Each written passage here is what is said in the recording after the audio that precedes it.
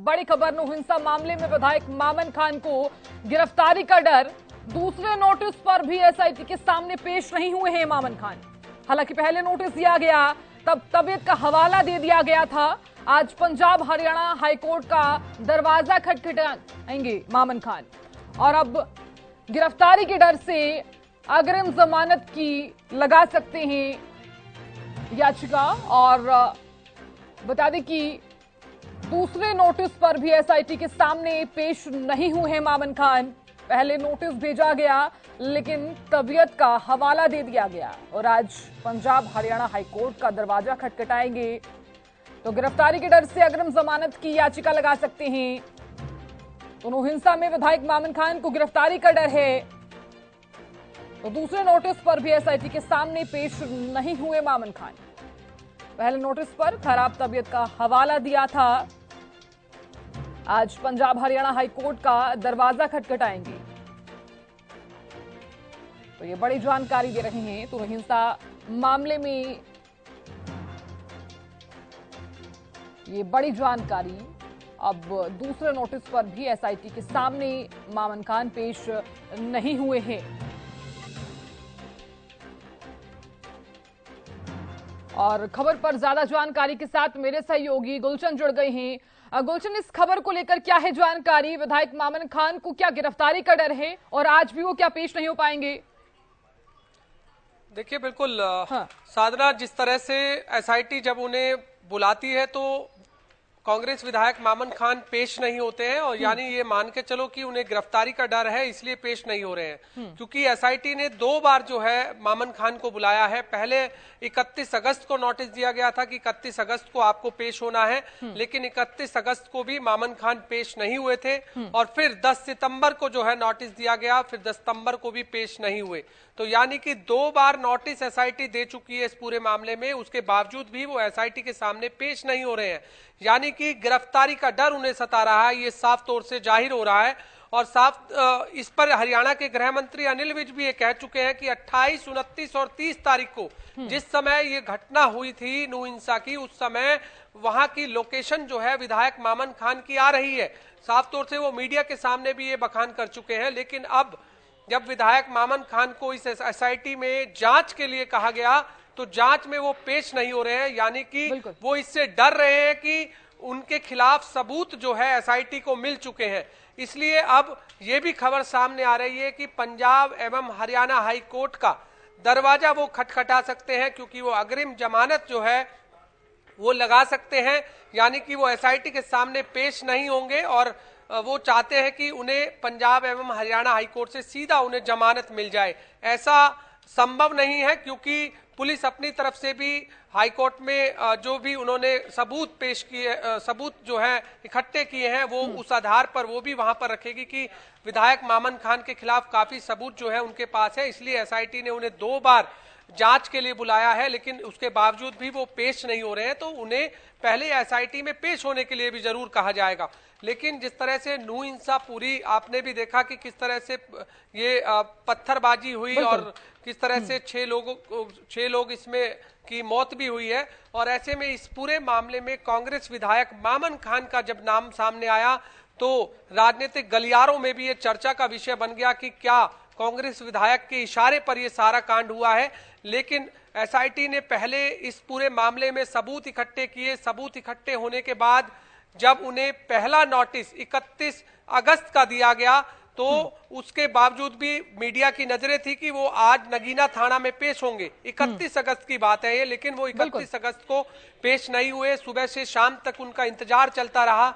लेकिन फिर जब 10 सितंबर को उन्हें दोबारा पेश होने के लिए कहा गया और उसके बावजूद फिर वो पेश नहीं होते हैं, तो ये साफ तौर से साधना जाहिर होता है कि क्या मामन खान एसआईटी के सामने पेश होने से डर रहे हैं कि तबीयत खराब का हवाला दिया गया। और अब यहाँ पर यह भी जानकारी सामने आई है कि पंजाब हरियाणा हाईकोर्ट का दरवाजा खटखटाएंगे और गिरफ्तारी के डर से अग्रिम जमानत की याचिका भी लगा सकते हैं। तो क्या अब सवालों के घेरे में भी आ सकते हैं मामन खान? देखिए बिल्कुल सवालों के घेरे में तो वो खुद घिर चुके हैं, क्योंकि जब एसआईटी के सामने पेश ना होना, पहले 31 अगस्त को हवाला देना कि उन्हें बुखार है, बुखार का हवाला देकर वो पेश नहीं हुए और जब एसआईटी ने 10 सितंबर को उन्हें बुलाया तो क्या बहाना दिया, उनका कोई जवाब एसआईटी को नहीं आया। यानी कि पहले उन्हें बुखार था, दूसरी बार उन्हें बुखार भी नहीं था, तो फिर क्यों पेश नहीं हुए। तो ये साफ तौर से ये जाहिर होता है कि मामन खान के जो खिलाफ जो है एसआईटी ने ऐसे कई सबूत इकट्ठे किए हुए हैं जिससे उन्हें ये डर लग रहा है कि यदि वो एसआईटी के सामने पेश होंगे तो उन्हें एसआईटी गिरफ्तार कर सकती है। और ऐसा भी जो जानकारी मिल रही है साधना की, जो कांग्रेस के नेता हैं उनकी तरफ से भी मना किया गया है कि आप एसआईटी के सामने पेश मत होना, ऐसा जानकारी भी मिली है, लेकिन ये पुख्ता हमारे पास सबूत नहीं है।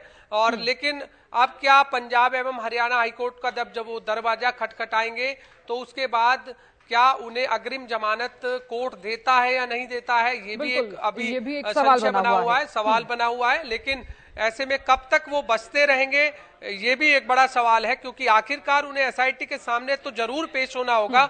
जो लोकेशन हरियाणा के गृह मंत्री अनिल विज बता चुके हैं कि 28, 29 और 30 तारीख की जो लोकेशन उनकी वहां की आ रही है जहां जहां हिंसा हुई है।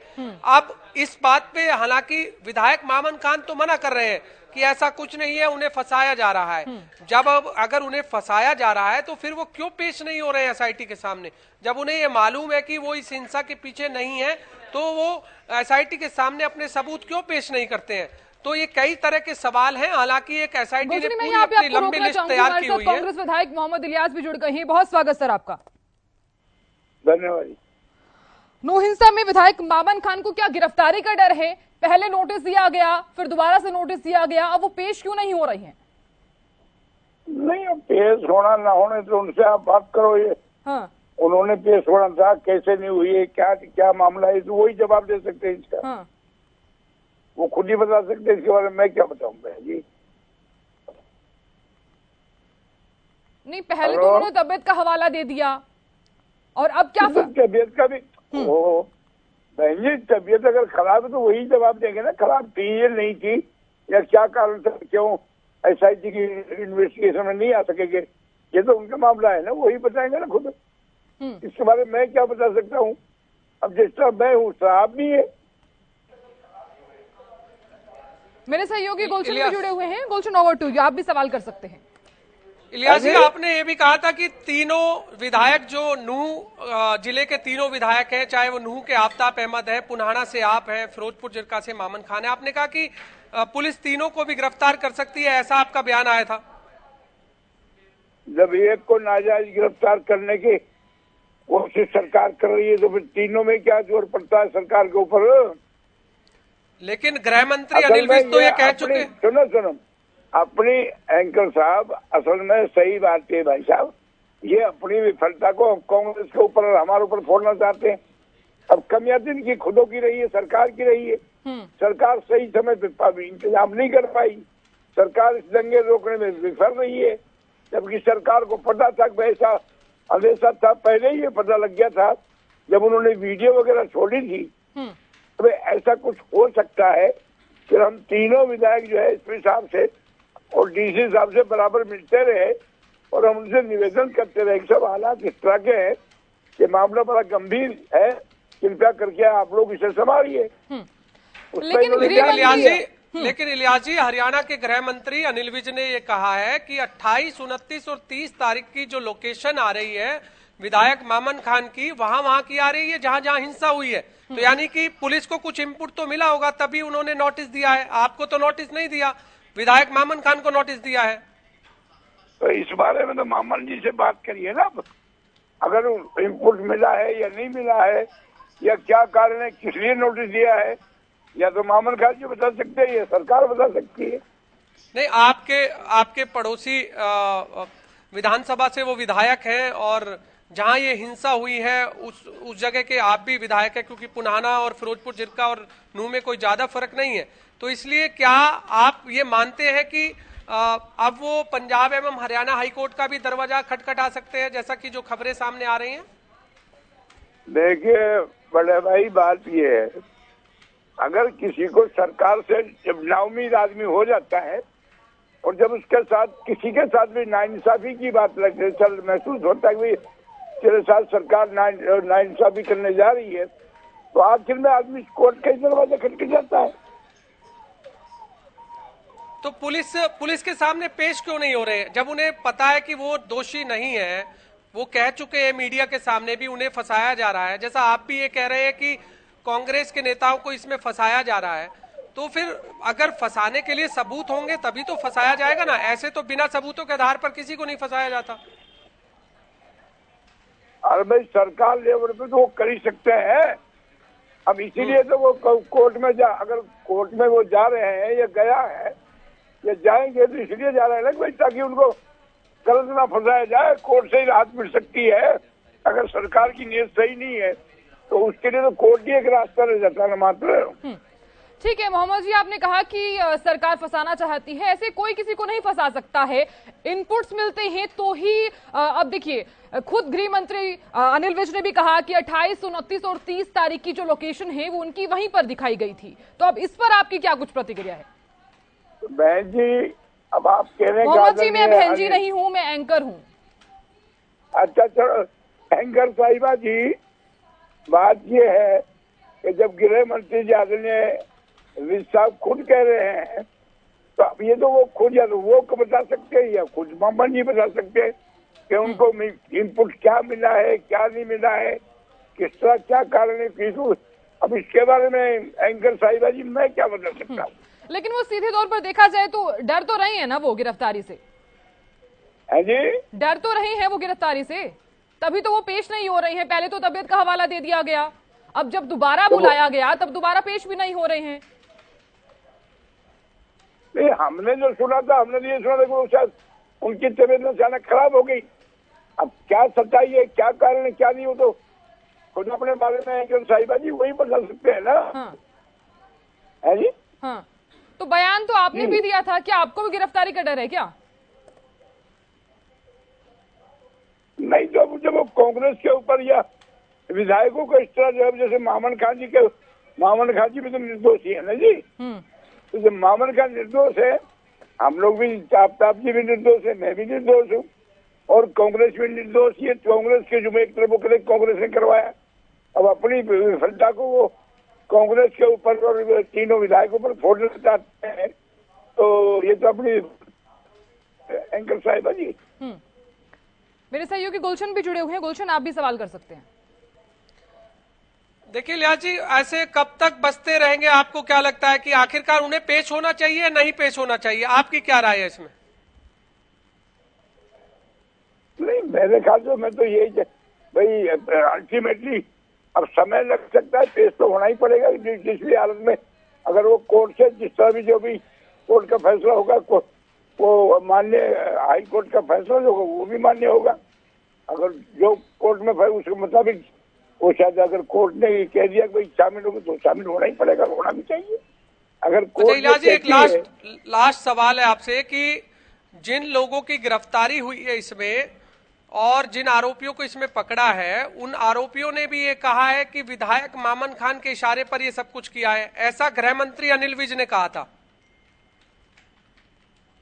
अगर अनिल विज ने कहा तो उनके पास कोई सबूत होंगे, कोई बात तो होगी उसने जो कहा है। अब हमारे पास तो ऐसा कुछ है ही नहीं कि भाई उन्होंने किसने कहा है, किसने नहीं कहा है, क्या सबूत है, क्या नहीं है। मैंने सवाल ये इसलिए किया कि आप कह रहे हैं ना कि उन्हें फंसाया जा रहा है। अब ऐसे फंसाया जाना, अब जब उनके पास सबूत इकट्ठे होना तभी तो पुलिस उन्हें एसआईटी जो बुला रही है वो यही जानकारी लेने के लिए बुला रही होगी जो उनके पास सबूत है, या तो उनका वो जवाब दे। वो तो जब वो इंक्वायरी पे आएंगे तो अपना दूध का दूध पानी पानी हो जाएगा, क्या सबूत है क्या नहीं है। बहुत बहुत धन्यवाद इलियास जी।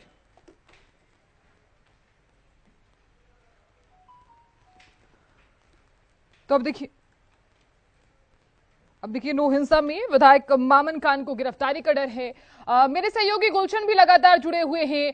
गुलशन, आप क्या कहेंगे? हालांकि उन्होंने तो बता दिया है कि वो अगर नहीं यहां पर पेश हो रही हैं तो हम कुछ नहीं कह सकते हैं।